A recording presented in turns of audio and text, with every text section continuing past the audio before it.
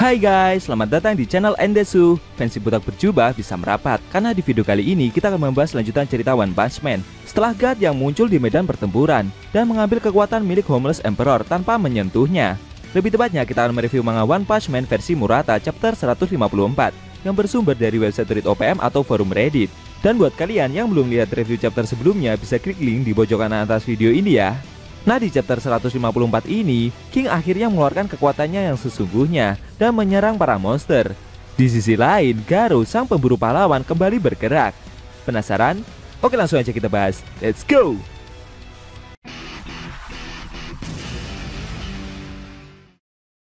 Di awal scene, kita diperlihatkan King yang masih berdiri sendirian di hadapan Platinum Sperm. Child Emperor yang melihat dari kejauhan bingung kenapa pahlawan kelas S itu tidak segera menyerang eksekutif tersebut. Sedangkan si monster yang telah berhasil menggabungkan diri itu tersenyum dan menunggu King melancarkan serangannya. Puri-puri prisoner tidak menyangka jika musuh hitam tersebut kembali berubah. Yayan merasa meski mengalami perubahan, menurutnya tubuh si monster jauh lebih mengecil. Akan tetapi dalam hatinya Atomic Samurai merasa jika aura yang dikeluarkan Platinum Sperm jauh lebih kuat dibandingkan sebelumnya. Atomic Samurai bingung apa yang sebenarnya King lakukan. Jika dia memiliki jurus rahasia, kenapa pahlawan itu tidak segera memakainya? Sedangkan King yang masih berdiri tersebut hanya terdiam dan mengeluarkan suara King Engine-nya itu. Child Emperor merasa jika Tuan King seperti sengaja melakukan hal tersebut. Menurutnya, Tuan King seperti sedang menunggu musuh menggunakan wujud terkuatnya agar nanti pahlawan kelas S itu dapat mengalahkan monster tersebut dengan sekali serang. Tuan King mungkin telah memperhitungkan serangan besarnya akan menimbulkan efek ketakutan yang sangat besar kepada para monster. Jika itu semua memang benar, menurut Child Emperor, King telah mengambil keputusan yang bijak. Benarkah demikian? Sayangnya itu hanya mimpi guys. Tapi setelah itu, pahlawan kelas S tersebut mulai bergerak dan membuka tangannya. Child Emperor berteriak. Dia merasa jika kali ini Tuan King akan benar-benar menyerang si monster. Dalam benaknya, King yang seperti mengambil kuda-kuda itu malah ketakutan. Dan dia bertanya-tanya dalam hati, apakah dia memang benar bisa melakukannya? Apakah ini akan berhasil? Karena King berencana akan bersujud di depan monster tersebut dan meminta maaf. Padahal persepsi dari para pahlawan, King seperti akan menyerang si monster. Tapi ternyata pahlawan kelas S itu malah berencana untuk bersujud. Puri-puri prisoner yang melihat gerakan yang King tunjukkan penasaran. Apakah pahlawan itu akan benar-benar memakai kekuatannya tersebut? Atomic Samurai yang melihat dari bawah menduga jika kali ini King akan menggunakan jurusnya yang bernama Ultimate Hellfire Burst Wave Motion Cannon yang terkenal itu. Akan tetapi, King yang melihat para pahlawan itu seperti sedang melihat aksinya merasa jika perbuatan yang mereka lakukan itu seakan para pahlawan seperti berhasrat ingin membuat King terbunuh. Para pahlawan menyoraki King dengan penuh semangat dan mendukungnya untuk segera menghabisi eksekutif asosiasi monster itu. Semakin lama, sorakan para pahlawan dalam mendukung King semakin keras. Hal itu malah membuat King yang mau bersujud tersebut jadi tidak bergerak. Dalam benaknya, King merasa bingung dan ketakutan. Kenapa mereka semua terus menyebut namanya? Padahal King berencana melakukan sujud di depan si monster. Namun tiba-tiba dengan cepat, Platinum Sperm menjatuhkan para pahlawan menggunakan cambuk panjang yang ada di kepalanya itu. Melihat para pahlawan berhasil dijatuhkan dengan mudah, membuat King amat sangat terkejut. Sambil tersenyum, Platinum Sperm berkata jika para pengikut pahlawan kelas S itu terlalu berisik, makanya si monster menyerang mereka agar bisa tenang. Platinum Sperm menambahkan jika dia menyadari dengan apa yang King inginkan.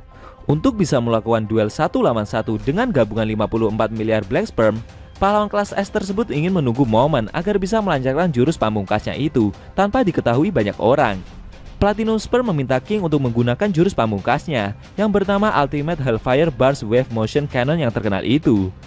Sambil memasang kuda-kuda, Platinum Sperm menambahkan, di saat pahlawan kelas S itu nanti melancarkan serangannya, eksekutif tersebut akan membuat kepala pahlawan kelas S itu melayang.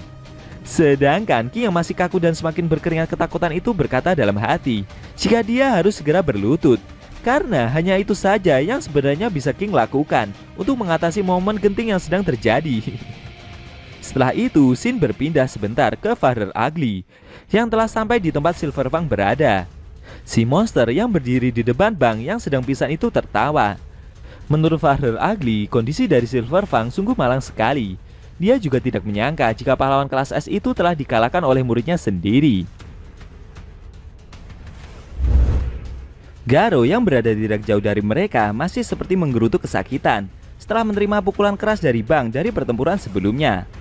Sambil tersenyum, Father Ugly berencana melelehkan Silverfang terlebih dahulu dan memakannya sebagai sumber energi. Di sisi lain, Bom mencoba untuk mengangkat tubuhnya yang sudah kehabisan tenaga itu demi menyelamatkan adiknya tersebut.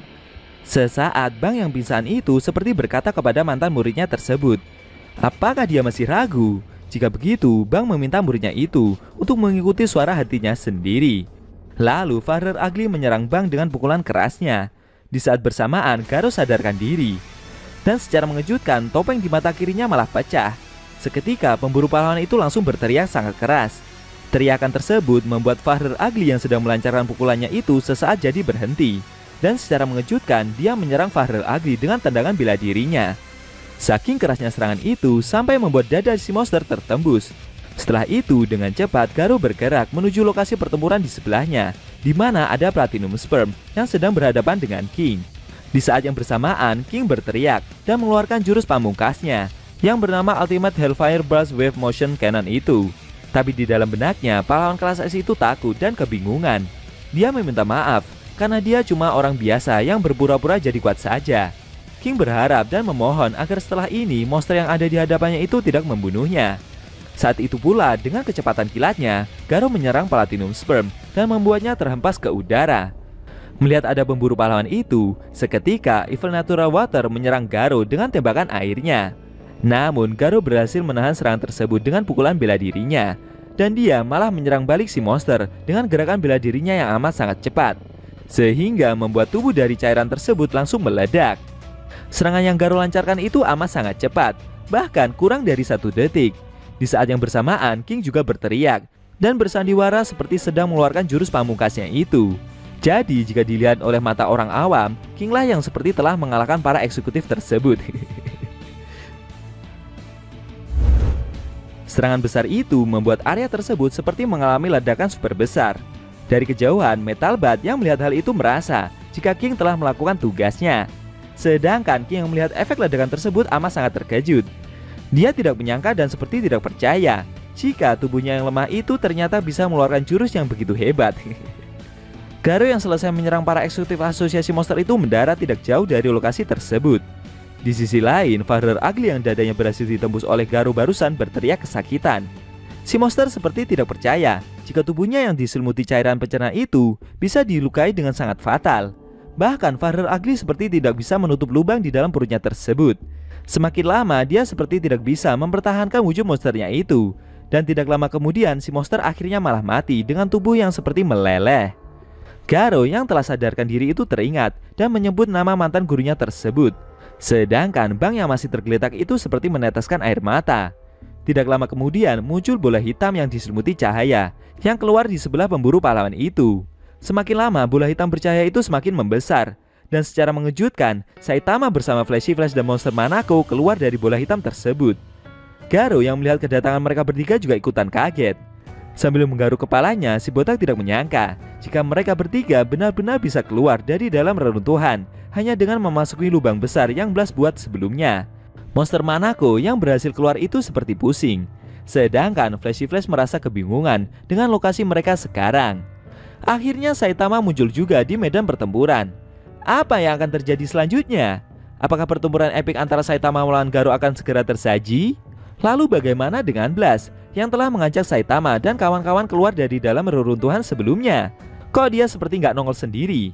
Sayang sekali, scene cerita manga One Punch Man versi Murata chapter 154 telah berakhir.